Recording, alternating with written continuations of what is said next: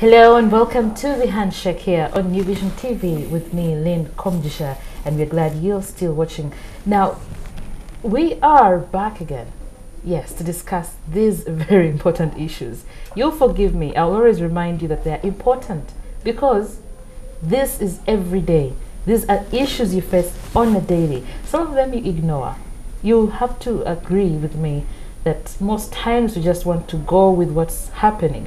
We want to go with what's trending, but sometimes we really don't know. Now, this is why I have Paul Busharizi, who is here to help me understand and help you understand these very many things. Now, Paul is a business analyst, if I should remind you. Paul, welcome to the show. Thank you, Lynn. Now, I've been hearing about stories of insurance. Insurance, there's medical, there's a lot of insurance going on. But lately, the government and people were actually, being told to tap into the informal sector. Insurance people to tap into the informal sector. What does this mean? Well, first of all, insurance is, to put it mildly, is a pooling of risk. So let's just take an example of medical. You use medical. Yes. So if we are 10 people, not all 10 of us are going to fall sick in a year or a month. So we get these 10 people to contribute. Yes. With the assurance that if they fall sick, they will be treated. Right. So you create a pool of funds. So let's say 10 people are each contributing, let's say 100,000. So you have 1 million.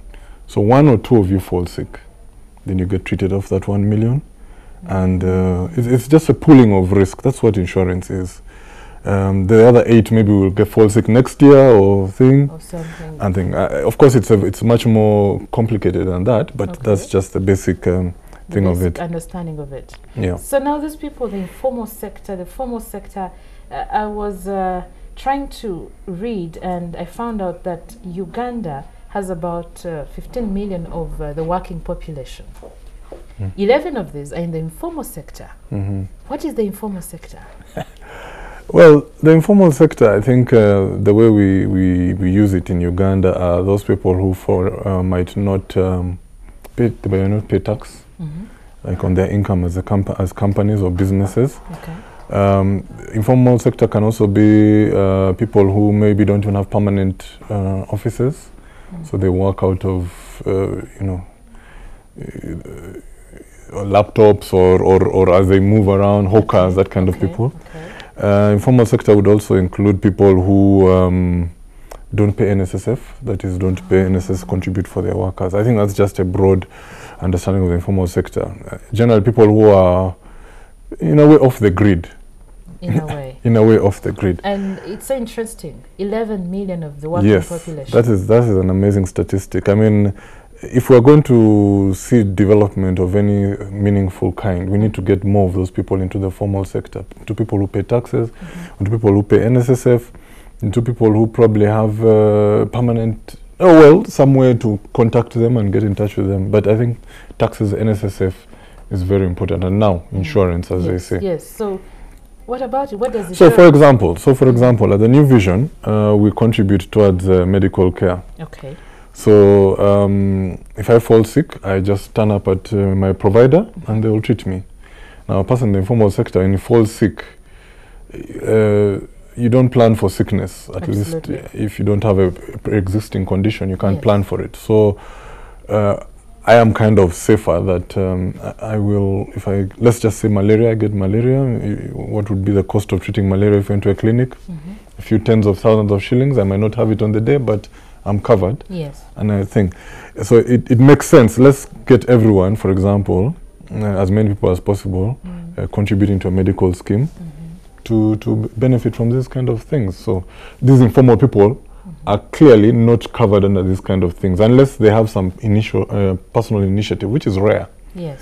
But these people need to be on the medical schemes as a bare minimum. You're just talking about medical. The other insurance products that are there. Wow. So what does this mean for the economy?